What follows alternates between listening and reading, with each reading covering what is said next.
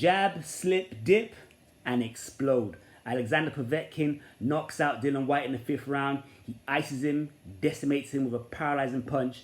Dillian Whyte, there's no count from the referee.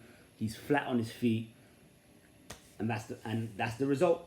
So Povetkin now catapults himself to near the top of the heavyweight division.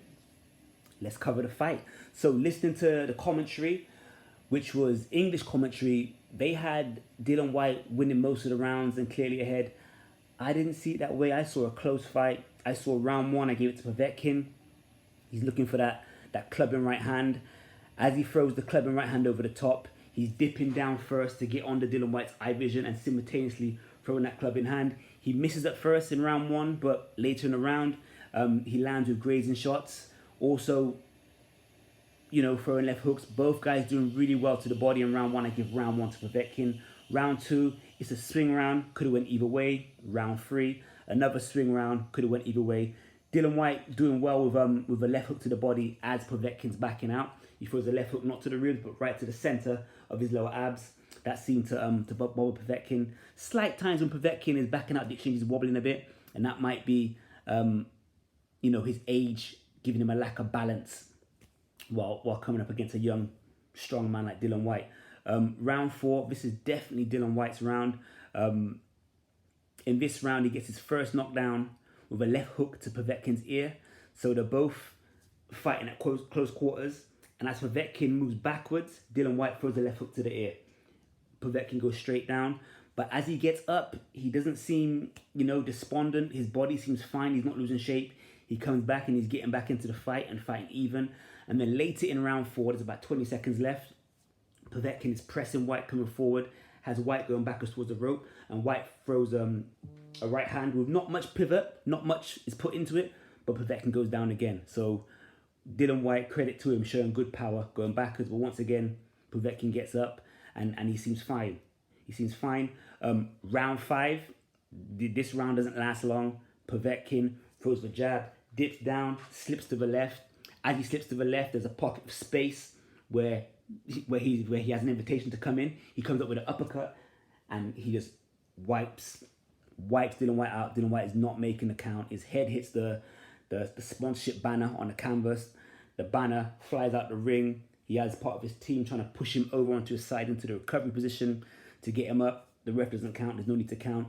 That's a great knockout. And for 40 years old to do that against a young gun, a young top heavyweight contender, I think that's a wicked achievement. I think that's a very, very sensational knockout, which, like I said, which puts him in my opinion, in the top 3 after Tyson Fury, number 1, Anthony Joshua, number 2. I'll then say Povetkin 3, Dillian Whyte 4, Deontay Wilder 4, Andy Ruiz 5, then Dillian Whyte 6.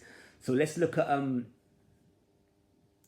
let's look at a couple of psychological points that, in my opinion, what I thought happened in this fight. So going into the fight, after every single round, Alexander Povetkin would shake hands or touch fists with Dillian Whyte as if to say, good fight, or we're friends, right? And normally, that's kind of shunned upon, touching gloves and whatnot, because you can do that after the fight.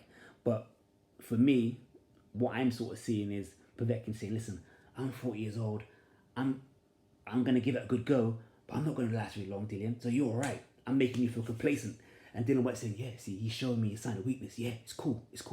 Now, Povetkin touched his fist, I think, after round 1, round 2, round 3, and put Dillian Whyte's mind at ease, yeah? A little bit less alertness. Just my opinion. Any small point of psychology in war, it's great. It benefits you. Also, the knockout itself, what I noticed is that Povetkin was throwing a lot of left hooks to the body, and these left hooks were going to Dillian Whyte's right rib on his right side. The knockout came on the right side of Dillian Whyte's rib, and that rib had been pounded and beaten from round 1 to round 4. And once again, a small millisecond, of time where your opponent's weakened and hasn't got that reflex, whatever.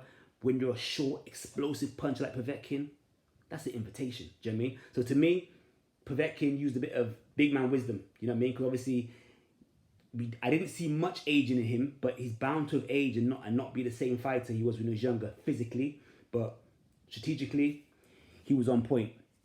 Dillian Whyte did some things well. You know, he worked behind the jab a few times, and also his left hook to the lower abs of Povetkin's stomach could work really well for him in a rematch and seemed to bother Povetkin. So after the fight, Anthony Joshua said, because he was commentating, he said, you know, Dillian Whyte, dust yourself off, come back again. Eddie Hearn said, we got a rematch clause. And Dillian Whyte said, I'd like that in December.